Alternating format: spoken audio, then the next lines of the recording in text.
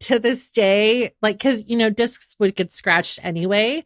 I will like sometimes hear a song from like the 90s, 2000s come on the radio, and I'm expecting the song to skip. Yeah, where my CD was scratched. Same. And then it doesn't, and I'm like, whoa. Welcome to Millennial, the home of pretend adulting and real talk. I'm Andrew. I'm Laura. And I'm Pamela. Laura, I saw one of your death predictions came true over the weekend. Yeah, just not in the year that I thought it was going to happen. So you predicted the Pope was going to die in 2024? I did. Wow, you're sick. That's right. Yeah, I'm the only person who's ever done a sick death prediction here on this show. But I will say, I can appreciate the game. He held out for a much more poignant moment to depart this earth. Yeah, he was like, oh, the JD Vance memes are going to be so good if I check out hours after meeting him. That was unbelievable. I mean, not just that he died the day after Easter, but also within hours of meeting JD Vance. Social media has just been on fire. People are saying the Pope lost the will to live after meeting JD Vance. He chose his moment. It was a parting gift. I'm starting to feel bad for JD Vance. This guy cannot catch a break. The couch rumors. No, don't feel bad. Dropping the college football trophy a week ago. This guy, just like bad luck, follows him wherever he goes. Well, that's what he gets for being. Yeah, I have no sympathy whatsoever. He has brought this on himself. And as a matter of fact, I mean, I am not Catholic, so perhaps I am not the right person to speak to this, but I think the Pope had some very specific words for the Trump administration, particularly JD Vance, because JD Vance is Catholic.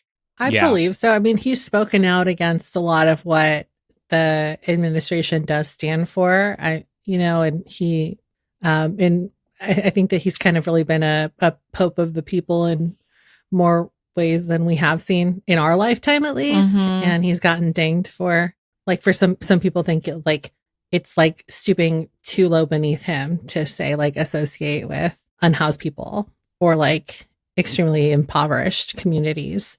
For the Vatican and like straight Catholicism standards, very lenient on gay people as well and gay marriage. He was basically saying, he's like, it's not my place to judge that because I'm not God.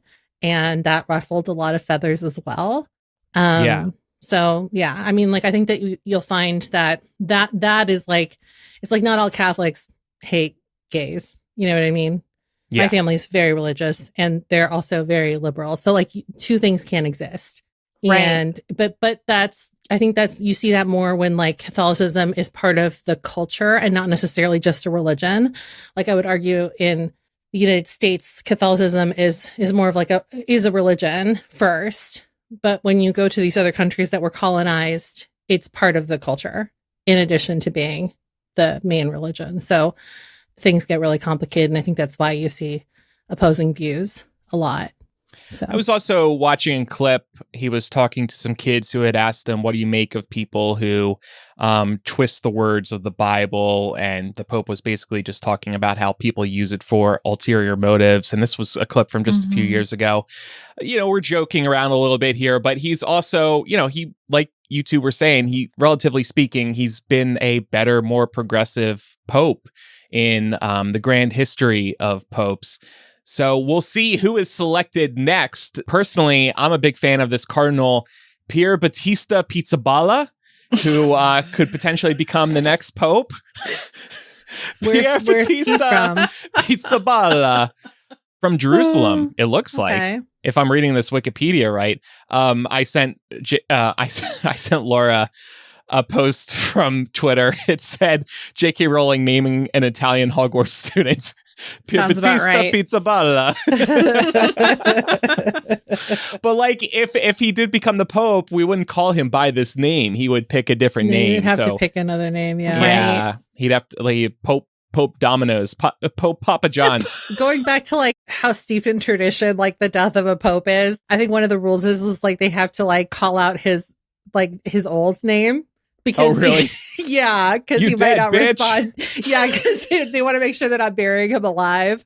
Like maybe he forgets his Pope name, but he remembers his real name. Oh, wow. Yeah, so they gotta make sure he's like really dead.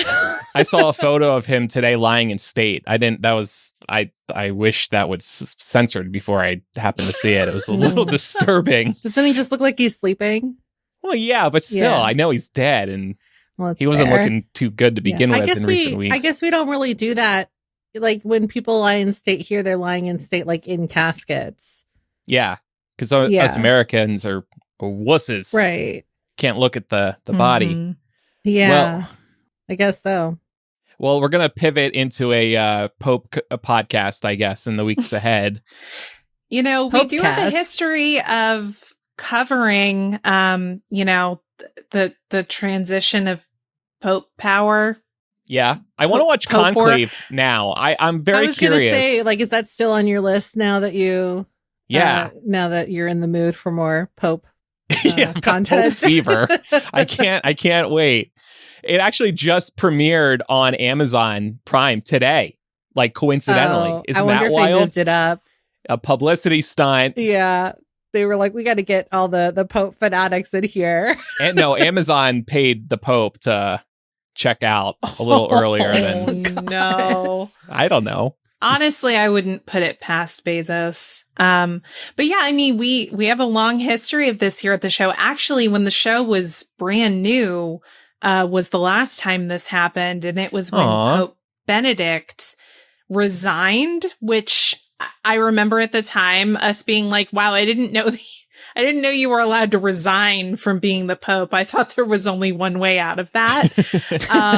And then, that's when Pope Francis came along, and we referred to him as the dope Pope because he was so notably progressive compared to those that had come before him.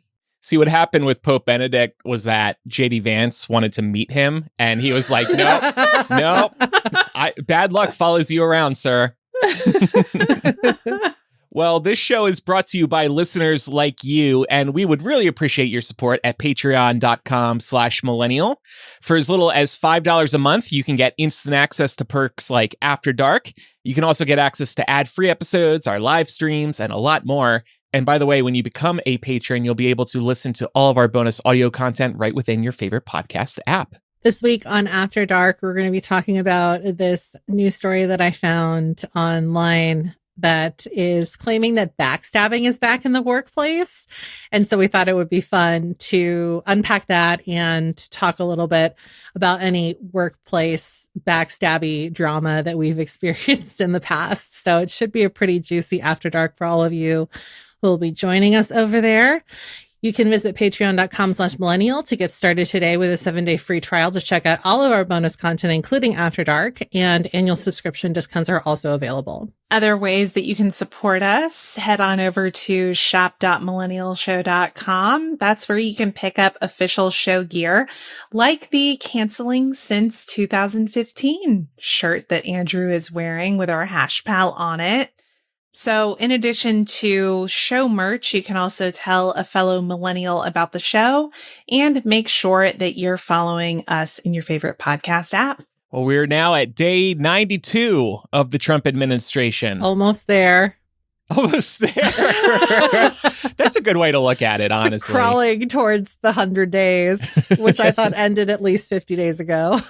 Yeah. Well, unfortunately, it doesn't really end. It's just we're going to stop counting after the first 100 because it's already awful is the only way to describe it. So there's been a lot going on the last few days. So this weekend, the Supreme Court reversed its own ruling from just a few days ago that was allowing the Trump administration to keep deporting migrants under the Alien Enemies Act as long as due process was followed. That was the missing key. Unfortunately for the administration, after the court had given that ruling, the ACLU showed up to the Supreme Court like, they're still skipping the due process part. And the White House, even though they tried to intervene and tell the Supreme Court, like, just ignore the ACLU, throw out what it is they're asking you to do, the Supreme Court actually slapped down a 7-2 ruling at midnight on a Saturday, temporarily halting the deportations due to the fact that due to the fact that the ACLU intervened on behalf of dozens of migrants who were literally in the process of being deported without due process. So those are on hold for right now. But I feel like this is some judicial saltiness, maybe a little bit. And I think it's warranted because Trump has already ignored 2 decisions with regards to immigration that they've passed down in the past week and a half. Yeah, I mean, he's making a laughing stock of them because that the whole point is that there are, there's supposed to be checks and balances. But yeah, I would if I was sitting on the Supreme Court, I'd be like, what the fuck, dude? Like, we voted and you're supposed to then listen. Like, that's how this works. And I would think that when your cases are so legally flimsy, that must be frustrating for judges too. I mean, we've seen judges say this to the Trump administration and Trump prior to becoming president again, saying things like, this is the stupidest lawsuit I've ever seen in my life, so I'm throwing this out. This makes no sense. It's funny because this is not really related to what you were bringing up, but every once in a while, I'll tune into Jeopardy live as it's airing on, the local cable network. And I've noticed that whenever I do, there's this ad that's being run. It's paid for by the Trump administration, basically saying it's trying to fear monger. And they're basically saying we've already rounded up this many undocumented criminals.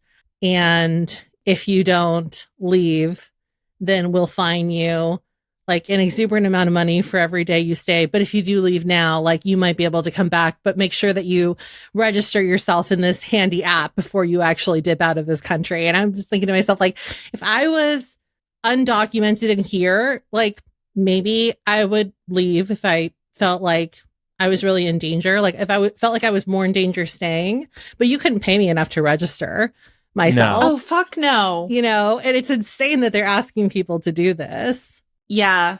Life pro tip. If the government's ever hey, please identify these protected features of yourself, legally protected statuses, your immigration status, your race, sign up this list to tell us that that's you. Yeah, no, don't do that. Yeah. Bad idea. And I'll also say as an aside, I know somebody that's we have a family friend whose son married somebody that is undocumented, and they're going through the legal process of trying to get her citizenship because now they're married and they can. And the process is so different now. They also want her to check in twice a day, once a week. And she has to send in photos of herself at 2 different hours of the day. Wow. So which is it's never been a thing. I mean, my grandparents went through the immigration process to become citizens here instead of my great grandparents. And I've never heard of anything like that happening. So that's definitely newer to the process, but it's insane that they're asking her to report virtually, basically, just to make sure that they know exactly where she is. And I guess what she looks like. That's the whole point of the photo that she has to send in. What? That is so invasive. I've definitely heard from people who've been through the process that the interviews can be really invasive too. Mm-hmm. Asking significant others to explain what kind of underwear does your partner wear, and having people answer sort of solo in separate rooms so they can cross-reference and see if you're telling a consistent story or lying. Which, I mean, I understand the approach to an extent, but it's also you gotta get down to people's undies. That just feels... They gotta make sure you've been living together.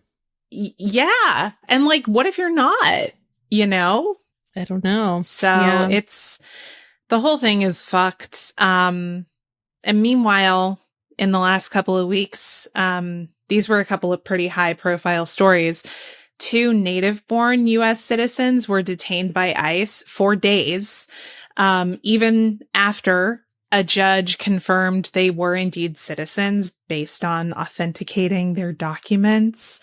I swear to God, if the ACLU doesn't also sue over this, what are we even doing? I was going to say I would sue. Yeah. So fast. Yeah. Also, ICE has no jurisdiction over U.S. citizens. Right. Like, so the fact that they got detained. Yeah. It's crazy. Kind of getting off the immigration side of things. Y'all know RFK Jr., Secretary of Health and Human Services, the roadkill brainworm guy. He wants to launch a registry to track Americans with autism. So, you know. And why? So we're going full like pre-Holocaust here. Yeah. I was going to say, I think I've seen this film before. Schindler's Something. Right. The National Institutes of Health is also apparently collecting private medical data from federal and commercial sources to hand over for this autism study that RFK is trying to lead. He wants to find the cause of autism and is claiming that it's a preventable disease and that it's happening way more now than it ever used to. My favorite comment from him was, you never see people in their 70s or 80s with autism. You just don't see it. Because they're undiagnosed. Yeah. Right? It's like there are more cases because we're testing better and more often. It's also like why the number of cases in women is lower than with men is because women and girls are often overlooked.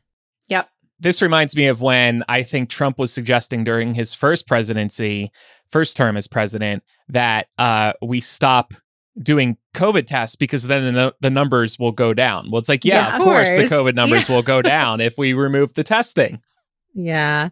I'm like, speaking of like, I've seen this film before. I feel like he's just going to come out and be like, oh, guess what? It's actually vaccines that's causing autism, which is like same shit, different day. Like we've been down this path before, but yeah. We have a message for mess. RFK Jr. Riley, who's listening live, says, my dad is 75 and has it. So there you go.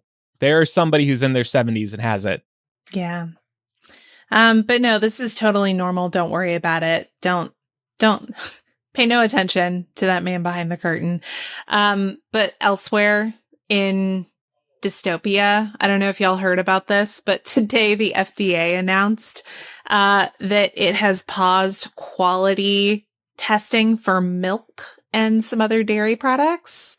Fortunately, I think we're all oat milk girlies here on the panel, so I think we're going to be okay. They've halted testing because of cuts within the Food and Drug Administration. So here's just another example of how cuts in these federal offices are going to affect public health in potentially a very serious way.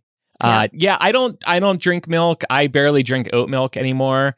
It's something to be concerned about, I would say, if you drink milk. Do you put it, but like you probably put it in things like in recipes if it calls for it, or like in mac and cheese, Yep, I'm 5 years old. Yep. I dump a little mac and cheese. Gotta get a little splash in there. Little milk in that mac and cheese. To be honest, you can use your dairy alternatives for that. You don't have to use and milk I do. For that. It's just that I drink oat milk so little these days that I just use Pat's milk for my mac and cheese. That kind of sounded dirty, but dairy milk for... Yeah. No, we know Pat is anti-nut milk. Pat, get over here. I'm making mac and cheese. I need an ingredient. And I don't trust the milk at the grocery store and I anymore. are not going to dinner at your house. No. Oh, come on. We would never do that. I know. I'm just joking. Oh, well, I never want to think about the combination of actual nut milk and mac and cheese ever again. I love mac and cheese too much. But anyway, in addition to that, I hope y'all are ready for the market to get a a little rocky here again soon because the Department of Ed announced that starting May 5th, they're going to begin involuntary collections on all defaulted federal student loans. What that means is that if you don't start paying your student loans by May the 5th, the federal government can just start garnishing your wages, your tax returns. If you get Social Security payments, any kind of income, they can and will start garnishing it. It's going to be interesting because 6 in 10 borrowers are currently not paying on their student loans. But the good news is we can always count on Pete Hegseth. He is just always here to brighten my day. And I don't know if anyone else felt this way when they saw this, but he's such a sweet family man that it turns out that he also shared war plans with his family group chat, also a Signal group chat. So he did the same thing with his family, and I think with an attorney that he did with multiple members of the Trump cabinet, as well as an Atlantic reporter. Don't our therapists teach us to be more open with our loved ones? So I think, like, which is it, Laura? Make up your mind. Keep the war plans from the wife or be more open with the wife? The wife. Are the war plans relevant to his marriage? Maybe, honestly. Happy, maybe. Yeah, what is happy it? Happy wife, happy life. Happy wife, happy war, happy life. Happy war, happy wife, happy life. Does Mrs. Hegseth have a problem with Yemen for some reason? Like, I saw she's like an unofficial advisor, some crap, working in an unofficial role. I don't know. It's still bullshit, of course. NPR also did report yesterday that the White House is looking at new options for defense secretary. So by this time next week, he could very well be out. I mean, one time bad, second time really bad. How many more times has this already occurred? There might be more. And if it happens a third time, I just feel like his days are numbered, even if Trump and Hegseth are saying everything's cool and we're aligned right now. Yeah. But I will say I am looking forward to getting the Hegseth is out caps lock message from Andrew when the inevitable comes. So look forward to that. We'll probably we'll make a big deal out of it when it comes. Those were some of the small joys of the first Trump administration. Yeah, the rotating door that was his cabinet. Coming up after the break, we are going to discuss the millennial words and phrases that younger people apparently don't know. And then we're also going to talk about millennials taking mini retirements. All right, so inspired by a recent Reddit thread, I wanted to talk about millennial words and phrases that younger people apparently don't know. And I'm also wondering what the hell happened to a lot of internet slang, because it seems like some of the abbreviations we were doing back in the day, they don't exist anymore. And I'm wondering why. So to start with the words and phrases that younger people apparently don't know, so don't use these out and about, especially if you're in front of like Gen Z or younger generations. First of all, somebody named Least Creative Name said that trying to explain calling collect is a lost cause these days. Did you two ever call collect? Yes. I'm going to be honest. I need to be reminded I knew what it was at the time, but I don't know what it is now. Pam, you said you did it. So what was it? Mm-hmm. You just called, I think if I remember correctly, you just called the operator and had them connect you. That's right. Yeah, you would call and like give them a name or like ask for a business, or and if they you would knew like the phone number. Yeah. So my mom would I still remember I think in like elementary school, middle school, she would always at the start of the year, she would tape 50 cents into our binders, and that was like, if you need to call us and you're only by a payphone, that's the money for that. But we also knew how to call collect. And so if the 50 cents was gone, because we had already used it, it's I think I remember calling my grandparents being like, hey, I'm going to be late, or you know, like, you guys are late. Where are you? You're supposed to pick me up. Well, actually, I think you're a little off on this. Wasn't it when you were making the other person on the receiving end of your call pay for the call? Yes. Yeah. But what I'm saying is, like, so my mom would give us payphone money, like, as an emergency. To avoid collect calling? Yeah. Well, just so that we would have it, because it's like, you know, you wouldn't have to do like the workaround. But then, like, if we didn't have it because we had used it already, my brother and I would call collect. Well, one of the big workarounds, too, was when you call collect, instead of giving your name, so it's like, Andrew is trying to place a call to you, Laura. Do you want to accept it? Instead of it saying Andrew, I would just say in the namespace, I would just be like, Laura, I'm going to be 15 minutes late. And then instead of accepting my call, you just got the message through my alleged name, you know, and then you wouldn't have to take the call. You just knew I was going to be 15 minutes late to dinner.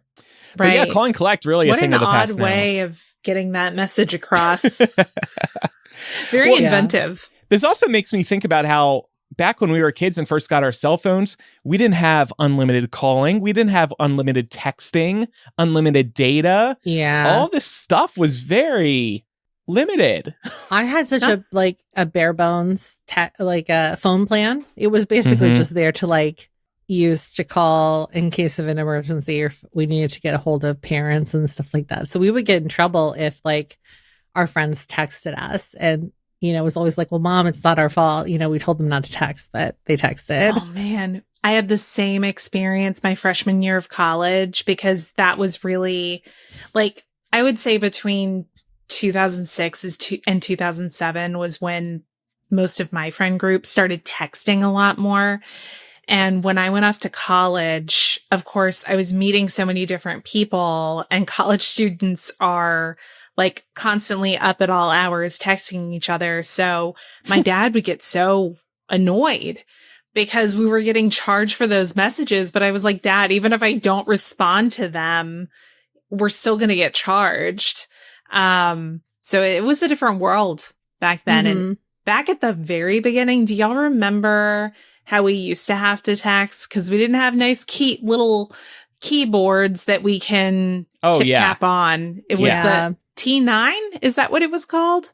I think so. The T9 keyboard where you press like the number 3 times to get to the letter G, so on and so forth. I got pretty good at that, I felt like. Me too. Same. Yeah.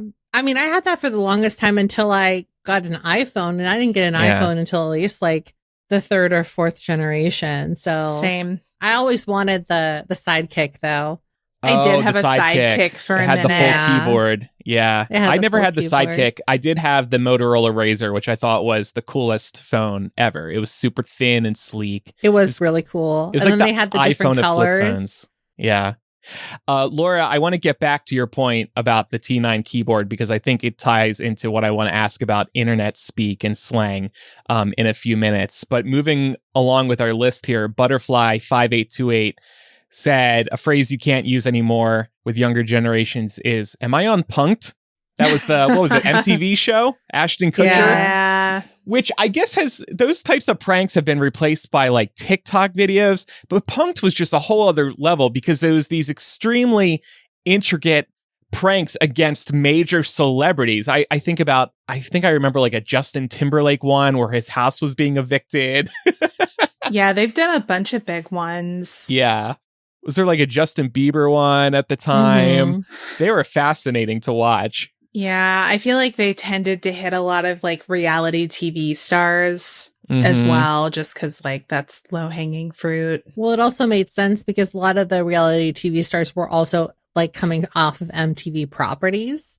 Yeah. So it was probably easier to negotiate, that happening to somebody that was on Jersey Shore, for example.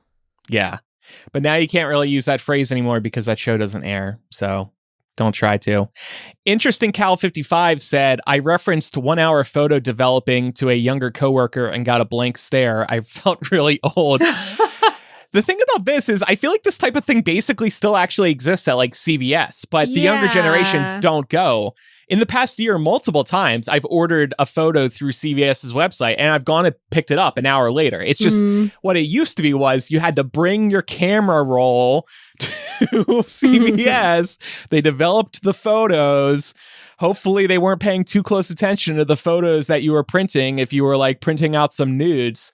And that was 1 hour photo. Do you guys still remember the smell, like the distinct smell of going into like a photo center? Yeah. When I worked at Target, I used to work at the returns desk, which they usually have next to the photo lab. Yeah, they did used to have that. Yeah. So I would smell that all the time. And like, I would sometimes go over to the photo lab to like cover breaks for them. I couldn't actually develop photos or do anything, but like if somebody came, I could sell them their photos. But yeah, the smell is so distinct. Like, yeah, Pam, it's kind of just bringing it up now. I can immediately think of it. Do you know, this actually reminds me of something interesting, which is that on TikTok, as just part of my FYP, I've been getting tutorials about how to burn CDs lately. And I was just thinking to myself, like, this is so funny that like the younger generation needs to know how to do this. Oof. Oof. But see, we have so many marketable skills, Pam. That's true. We should be selling tutorials. What are we doing? This is like Gen Alpha, Gen Z being like, okay, guys, here's how you burn a CD. Yeah, we should make it. We can pivot our podcast and just like helping Gen Z with millennial things and that we learned. It's probably so much faster to do it now. Why are they burning CDs? What are they using them in? They're like old car CD players? A lot of them are just like going back to physical media. So they're buying actual CD players. I've also seen like young people trying to hawk, like it basically looks like a Walkman, but it has built-in speakers. So you can listen like without it. And then it also has like a headphone port. So it's basically a Walkman, but it's not. It's a Bluetooth speaker with a CD player built into it too. Basically, it's a mix of the two. Yeah, but like the crazy part too about like the CD thing is that like most computers don't come with a drive. So then these kids are also having to be like, and this is, you have to get a drive, and they like make sure you don't get this drive because this one only like lets you read the CDs. You have to get one that does this. So it's like, you need CDR, not a CD drive, a CDR drive. Exactly. Speaking of good smells, remember the smell of a blank disc before you popped it in to burn? Yes. And I had like different color blank CDs. I did too. I used to buy the big stacks. Yeah. Because I would make like car mixes for myself or for my friends. Yeah. Well, actually, speaking of discs, Harlem Meme says, I was telling my 8th grade daughter a story from when I was her age and referencing my Discman. She got visibly annoyed and eventually interrupted me to ask in frustration who Discman was. Discman kind of feels like it used to be a noun for CD player. Like it's right up there with Kleenex. We didn't say CD player. We would say Discman. Do you think that was a brand? It was Sony Discman. It was a brand. Oh, okay. I'm revoking your millennial card. Yeah, Sony Discman. I didn't remember that. That's so funny. Because I remember Walkman. Oh, well, yeah. And that was the cassette player, wasn't it? Yeah. Remember when our CD players had skip protection? So, wow, I can bounce this up and down on the school bus and nothing will happen to my Lady Marmalade CD. That was a big thing. It's like anytime I was asking for a new like a Discman for Christmas or my birthday, it's like, make sure it has anti-skip because this is very important. I also like to this day, like, because, you know, discs would get scratched anyway. I will like sometimes hear a song from like the 90s, 2000s come on the radio and I'm expecting the song to skip. Yeah, where my CD was scratched, and then it doesn't, and I'm like, "Whoa!" Your brain is wired like that. That's fascinating. Yeah, or it's also wired to like you know when you would download a shitty LimeWire file, and it had like the DJ intro or like some kind of weird DJ thing in the middle. Or it was a fake, like you go to download Baha Men's Who Let the Dogs Out, and it's just static, just like, no, it was punked. Worst. It took 4 hours for you to get that one shitty file. Yeah. What an admission, Andrew. But that wasn't you, right? That was a friend. Oh, no. That was the first song I illegally downloaded from Napster. Really? I'll never forget it. Baha Men Who Let the Dogs Out. I thought, wow, this is incredible. I can get a song for free through this cool looking app called Napster. I never used Napster. What do you use? LimeWire? I used LimeWire. LimeWire and Kazaa. Kazaa. Oh, yeah. That was another good one. Yeah. Mm-hmm. This next one from Penguin161542, the word pound instead of hashtag. This one I think resonates more than any, especially for this show. That one still, I feel like that one you still hear if you do any kind of like automated something. Like if you call like Costco, for example, they might tell you like enter your, or the bank. They might say like enter your card number and then hit pound. But when you see that symbol now, do you think pound or hashtag? No, I get that. Yeah. And that was all Twitter. Twitter did that. It's interesting that they still use pound in the automated services though. So I just assume that like younger people still have to know what that means. The first bank that switches over to press hashtag 500 is going to go viral for changing to hashtag. I mean, it's fine. Like with my grandparents, I have to be like the little square in the corner. It's like, okay. Looks like a tic-tac-toe board. Oh, that's a good one. I should say that. Actually, that's better. Man. But this stuff naturally changes and evolves with generations being born, coming up, and then eventually dying. Like, it's gonna evolve. A key example of something I have experienced in my own life, and it's really more my brother's experience. I was just a passenger for it. But there was one time when we were kids, my great grandmother was still alive at the time, and she was asking my brother, Josh, to hand her the remote, except she was calling it the clicker. Oh. So she was like, give me the clicker. And he had no idea what she was talking about. And she got so frustrated with him for not knowing what that was. So, I mean, that's just what, like, at that time would have been like 75 years between the two of them. Like, that's not that long for language to change, you know? You're also just reminding me that, like, and also things were made to last back in the day way more than they are now.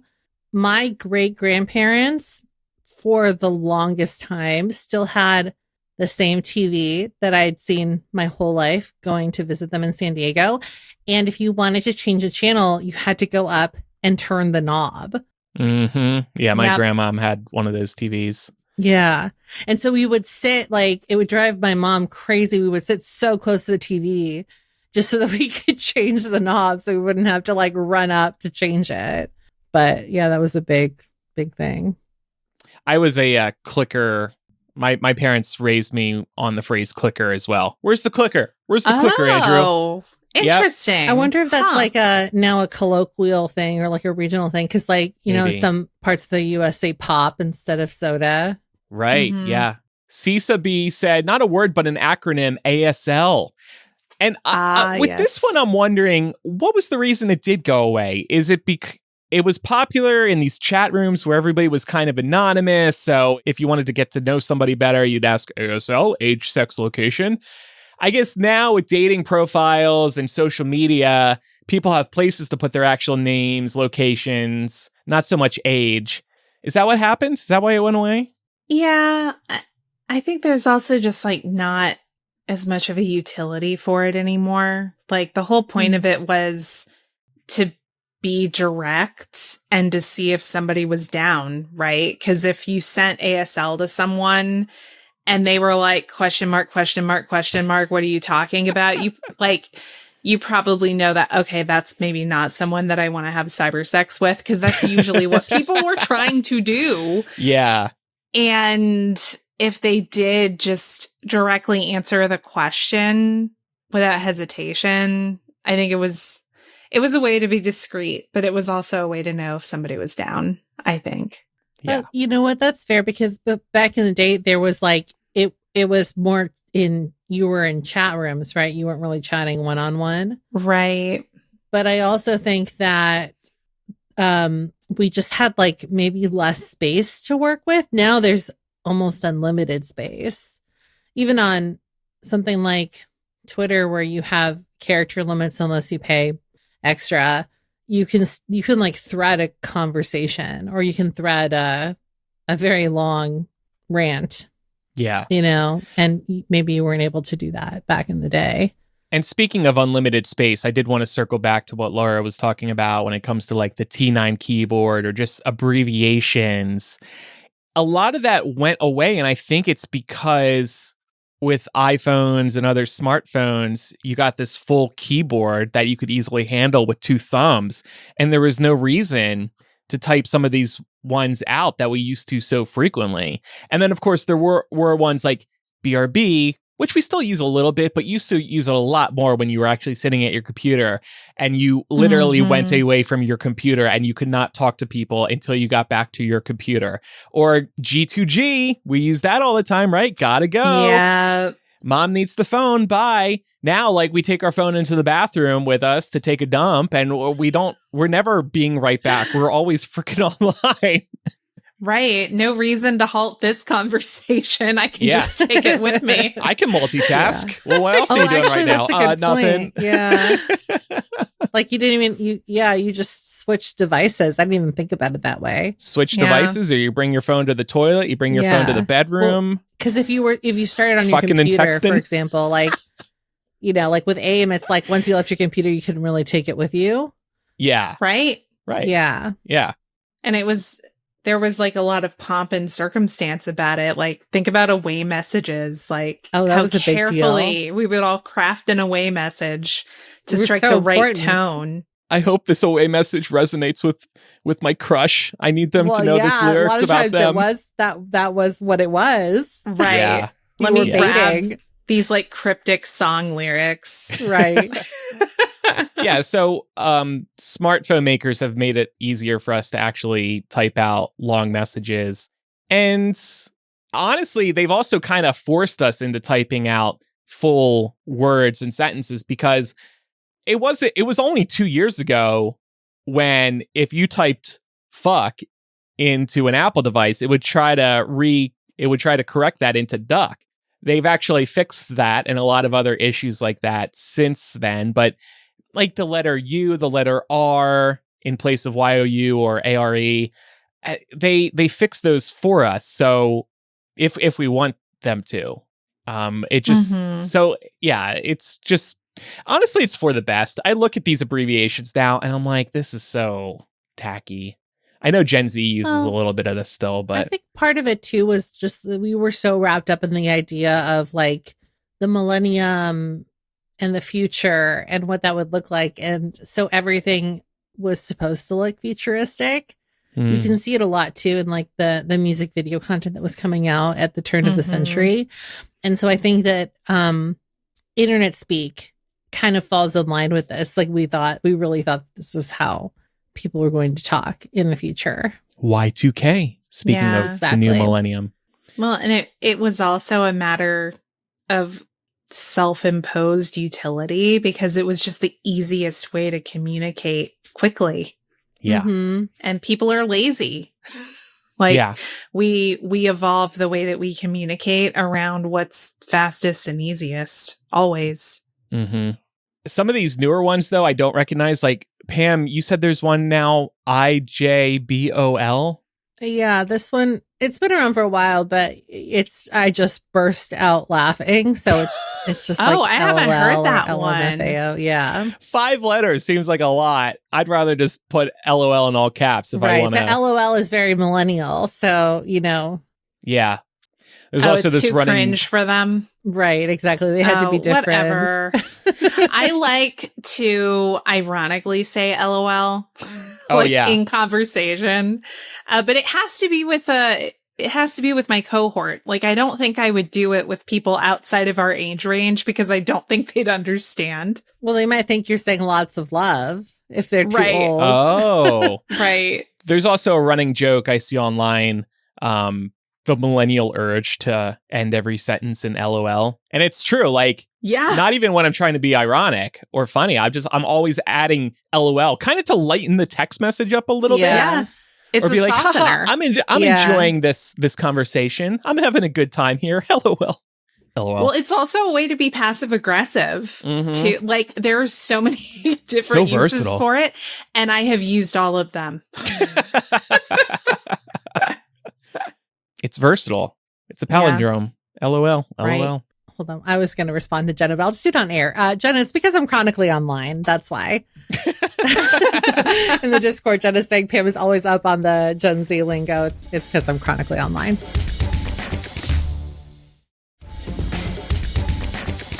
I saw this article in the New York Times claiming that many retirements are on the rise amongst millennials. And I thought, well, that's interesting because I haven't heard that phrase before. And I don't know if you two have either. But basically what a mini retirement is, for anyone who doesn't know, is it's just an extended leave from work, and it can take many forms. So specifically, it can look like taking extra time off after being laid off to consider other paths. It can look like asking for unpaid leave and not necessarily with the guarantee of you returning to work, even if you express that or not. Or it can look like building in a long stretch of free time after voluntarily leaving a job. So maybe like you quit your job or you get laid off and you just decide, I'm going to take this amount of time off for myself before I, get back into the workforce. So I thought that this was pretty interesting because obviously this is only attainable to a certain subset of people, even if it is young people that are kind of starting this trend. But it seems like everybody who has partaken is having a good experience. One person who was quoted for the article decided to quit their job and live off of savings for 3 months total. And they did this in between jobs. So they just decided to take the 3 months off and then jump back into the workforce after that. And they said, quote, I had more time to work out. I was eating better, sleeping better. It was just like a full reset. So it seems to be a rejuvenation. And I know that there was another person that was quoted for this that resonated with you, Andrew. Yeah. Miss Dela Cruz, who's 35, said, there's been a few times in my life that I felt that happy. You don't dread waking up and having to go to work. You just wake up and see where the day takes you. And then nice. I feel like Laura, this next one is the dream. Other people have used it to travel.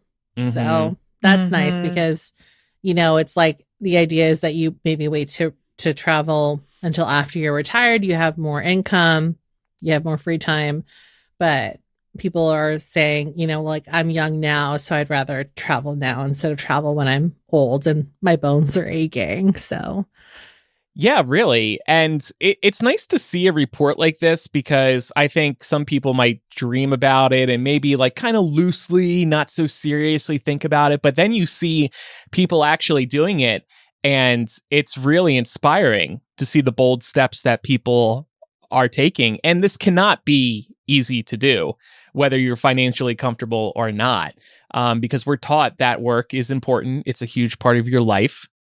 Some corporations might try to tell you that it is your life. And so for people to take a bold and scary move like this is really inspiring. And it also shows, this article also shows how it's positively impacted people. Like this person said, you don't dread waking up. You just wake up and see where the day takes you. There's been a few times in my life that I felt that happy. Like, whoa, that's inspiring. Yeah. I mean, I think we can kind of connect this sentiment even to the last discussion we had where we were like, yeah, there's no need to say BRB or G to G anymore because we just take our phone with us everywhere. We're always on.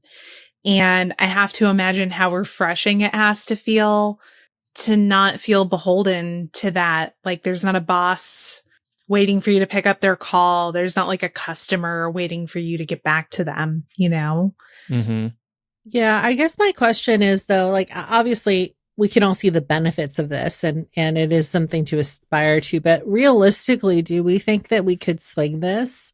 And the article, to its credit, does point out that, living off of savings for an extended period of time is something that's not feasible for everyone. And I did really appreciate that because a lot of times you see headlines like this and they focus on the positives and they do make it seem like everybody can do it. But the reality is that not everyone can. Yeah. No, because I feel like if I'm living off of 3 months of savings, that's my emergency fund. You know, right. like that's like break glass in case of emergency, basically. Like I don't just have that money laying around to do like a bonus sabbatical and then say, but don't worry, I still have my emergency fund available. Like it's less money in your high yield savings account or retirement portfolio. That's what would be front of mind to me. The short answer to your question, Pam, is no, I probably realistically couldn't swing this. And I would think a lot of people would be afraid to try because there's no guarantee you're going to get a job on the other end of this. I think it's a bold claim to say like, yeah, I'll take off and I'll take my mini retirement and I'll get another job 3 months from now. I mean, looking at right now, the current state of the economy, who knows? But also just in recent years, it's been hard for people to find a new job. I have somebody close to me who's been trying for a long time and is struggling to find a new job. So I would be terrified of I mean, my whole mini retirement, I would just be thinking about, oh God, I quit my old job that was good and actually paying me well and gave me the opportunity to take this mini retirement. What am I going to do on the other end of this? Yeah, I'm with you. I assume it's going to take 3 months for me to find a corporate job between all the interviews and the background checks and all of that, the onboarding. I assume that it's going to take 3 months. But the other thing I was going to say with regards to this as well is that I think that like maybe you have to be in the mindset of like, okay, if I can't find a job in my field, then I'm okay with taking any job that will pay me. But a lot of people will not be open to that because, you know, it's like too much of a blow to their ego to go from like corporate America to working, say, retail to pay bills or to work in the food industry to pay bills, which there's nothing wrong with that. But I do think that a lot of people just can't fathom going backwards, even if it means like keeping afloat. So yeah, I think that like, I mean, if I were going to do this, I would be of the mindset. It's like, yes, I would try to get back into my industry, but just having to make peace with the fact that if I can't find a job in 2-3 months, then I just have to take whatever I can that I can do. Yeah. I mean, when you have bills to pay, beggars can't be choosers. That's the tough part. And I think as a generation, we've had to have so many different kinds of jobs. And I think a lot of us are career switchers anyway, that I think people in our age bracket are actually fairly good at navigating, like getting the best possible job that you can when times are tough like they are right now. Yeah. I also wanted to ask you both if you've ever voluntarily taken an extended leave from work, like whether that's been between gigs or while still at a job that you have had, and if you regret doing it or if you found it beneficial. I have taken time off for mental health reasons, but it's been labeled as a leave of absence. So the nice thing was that I had enough vacation hours to have that covered, and I was still getting money coming in. Yeah. How long were these times off? The extended leave I took off, I think I took 2 months off. Okay. Wow. That's a long time. Yeah. And it was just like a fluke that I had enough vacation time to cover it.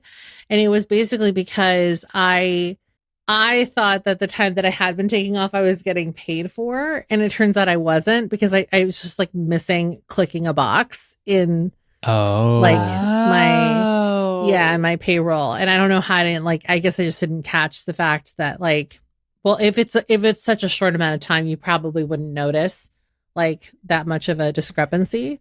And they didn't remind you to do this. No, they did like say like, hey, like if you want to take it paid, you like just let us know and we can like help you notate it on your timesheet. This was back when I was working coffee.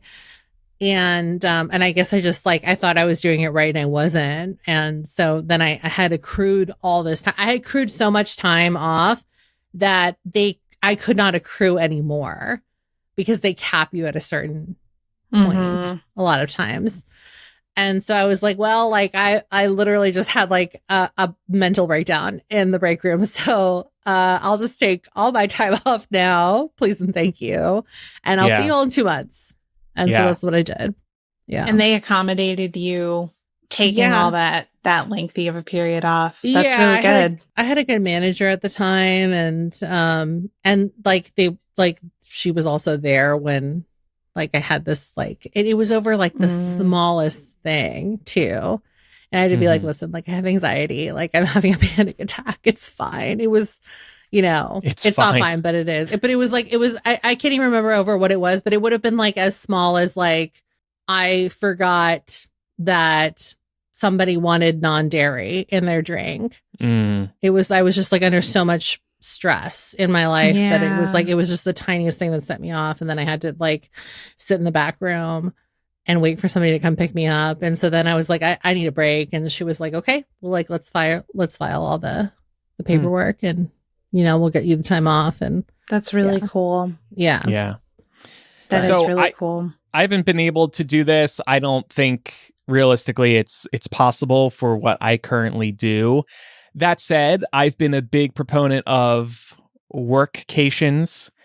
Pat and I took a weekend trip a week or two ago.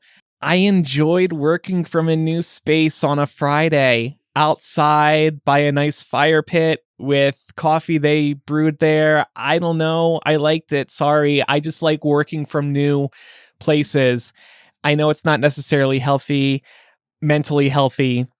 I've also tried to do a 4-day work week. I in recent months, my Friday has been more of like what I'm calling a flex day, where I might work a little bit in the morning and then the rest of the day I'll have free. I'm not fully off Friday, but it's better, markedly better than my Monday through Thursday. So that's good. But yeah, I don't know. I just, the workcation thing, I like it. I like working from new spaces. I like a desk in a hotel, nice hotel room, a hotel lobby, a different view instead of this room every day of my life. Yeah, I don't think there's anything wrong with that, but you should still vary it up with not workcations. Yeah. I think that's the healthy balance you need. I've never taken an extended leave from work, but I will say in retrospect, there was one time when I really should have, and I just didn't think about it at the time. It was when I was going through getting my MS diagnosis, and I was like actively having flare-ups before I started medication. And I just like generally felt like mentally and physically felt fucking awful all the time. But I was also like so laser focused on trying to control the things that I could control. And I think work for me was one of those outlets where I was like, if I can just like white knuckle my way through this, I like basically raw dogged my way through that. In retrospect, I should have taken a leave. So learn from me, y'all. If you're going through something, whatever it is, and you have leave of absence available to you, take it. Yeah, it's tough. And honestly, going back to my experience, I wouldn't have known that was even possible if it hadn't been for somebody else that I worked with that had just done it. And they had done it for different reasons. They just wanted an extended leave so that they could go travel back to the East Coast to visit family.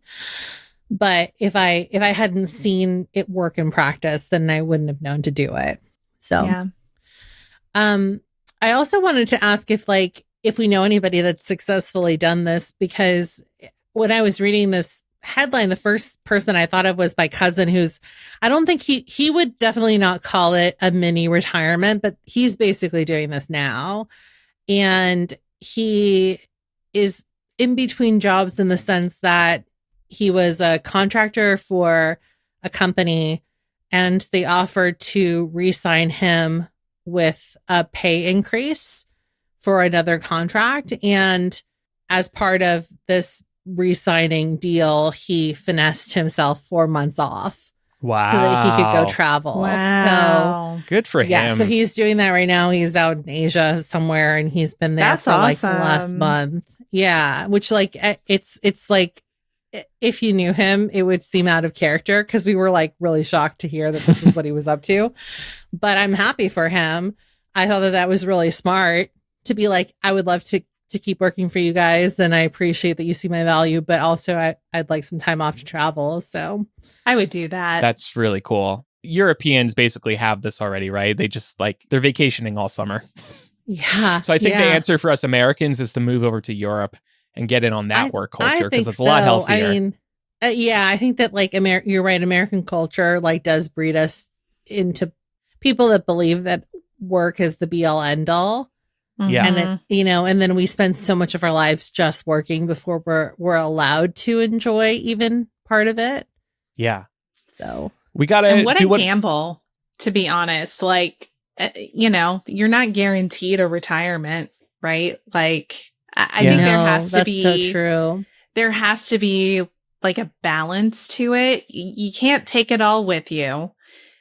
And, you can't like put everything fun in your life off until you're in your golden years when you may not be able to travel anyway. Like, you got to enjoy some of it now. One element of work-life balance that I still struggle with is the idea of taking PTO, because I do not make money if I am not working, period. And I get that corporate life has a lot of downsides, but one good side of corporate America is PTO, or just taking off and like you're actually off. You don't have to worry about it. And so I've brought this up in therapy, the idea of PTO and just vacationing in general. Like, Laura, to your point about like, yes, a workcation is fine, but you should also take a true vacation from time to time. So I've brought stuff like that up to my therapist, and she gave me a really cool idea I got really excited about a few weeks ago. And this is an idea that she actually uses as well. She has a separate bank account that she will regularly transfer money into. And when that account hits X amount, she takes paid time off. That's when she forces herself to take paid time off. So this really excited me. I'm still figuring out the logistics for how this would look for me, how much I need to be saving, how often I would be taking PTO. But it was a solution I'd never thought of before. And it's a great idea, I think. Yeah.